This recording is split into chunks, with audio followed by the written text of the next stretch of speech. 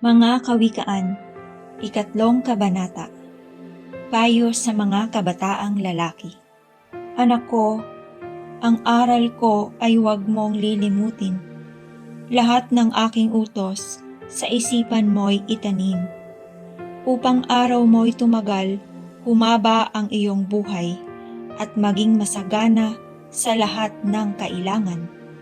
Pananalig at katapatay, huwag mong tatalikdan, ikwintas sa iyong leeg at itanim sa isipan. Sa gayon, sa iyo ay malulugod itong Diyos. Magiging mabuti ka sa paningin ng sansinukob. Kay Yahweh ka magtiwala, buong puso at lubusan, at huwag kang mananangan sa sariling karunungan.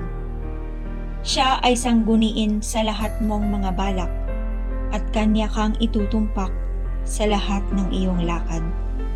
Huwag mong ipangahas ang iyong nalalaman. Matakot ka sa Diyos, lumayo sa kalikuan. Sa gayon, ikaw ay lalakas at magiging matatag. Mawawala ang tiisin, gagaling ang iyong sugat. Si Yahweh ay handugan mo, bahagi ng kayamanan.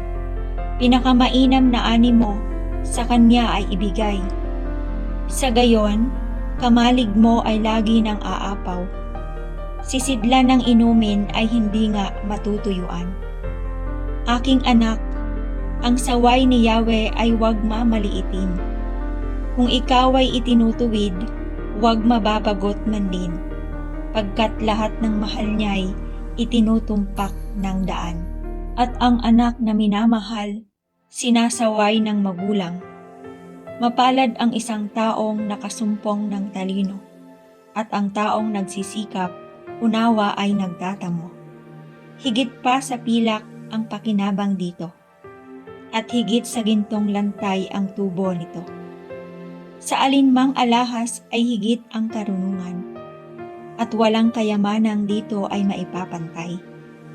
Mahabang buhay ang dulot ng kaalaman, may taglay na kayamanan at may bungang karangalan. Aliwalas ang landasin ng taong may kaalaman, at puno ng kapayapaan ang lahat niyang araw. Mapalad nga ang taong may taglay na karunungan, para siyang punong kahoy na mabunga kailanman. Karunungan ang ginamit ni Yahweh sa paglikha sa daigdig. Sa pamamagitan ng talino, inayos niya ang buong langit. Dahil sa kaalaman niya'y umaagos itong tubig, pumapatak nga ang ulan mula doon sa langit. Aking anak, karunungan at hinahon ay huwag mong iwawala. Huwag babayaang makaalpas sa isipan at gunita, pagkat dulot nito'y buhay at putong ng karangalan. At kung maggagayoy, lalakad kang matiwasay. Sa landas mo'y hindi ka matatalisan. Sa lahat ng iyong lakad, wala kang aalalahanin, at lahat ng pagtulog mo ay masarap at mahimbing. Kahit hampas nitong bagyo ay dumating ng biglaan, hindi ka mababagabag tulad ng mga mangmang. Pagkat tiwala kang si Yahweh ang kaagapay mo, at di niya babayaang madupila sa paghakbang. Ang kagandahang loob ay huwag ikait sa kapwa, kung ikaw ay may kakayahan na ito ay magawa.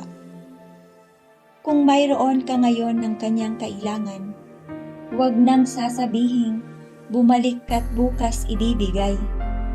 Huwag gagawa ng masama ang iyong kaibigan na sa iyo'y umaasa, nagtitiwalang lubusan. Huwag makikipag-away ng walang sapat na dahilan kung hindi ka ginagawan ng anumang kasamaan. Huwag kang mangingimbulo sa taong marahas, nilalakad man sa masama niyang landas, pagkat si Yahweh ay nasusuklam sa mga balakyot, ngunit nalulugod siya sa taong sa kanya ay may takot. Ang sumpa ni Yahweh ay di lalayo sa masama, ngunit ang mga banal ay kanyang pinagpapala. Ang mga palalo'y kanyang kinasusuklaman, ngunit kinagigiliwan ang may mababang kalooban. Ang taong matalino'y magkakamit karangalan, ngunit pulos kahihiyan ang aanihin ng mangmang.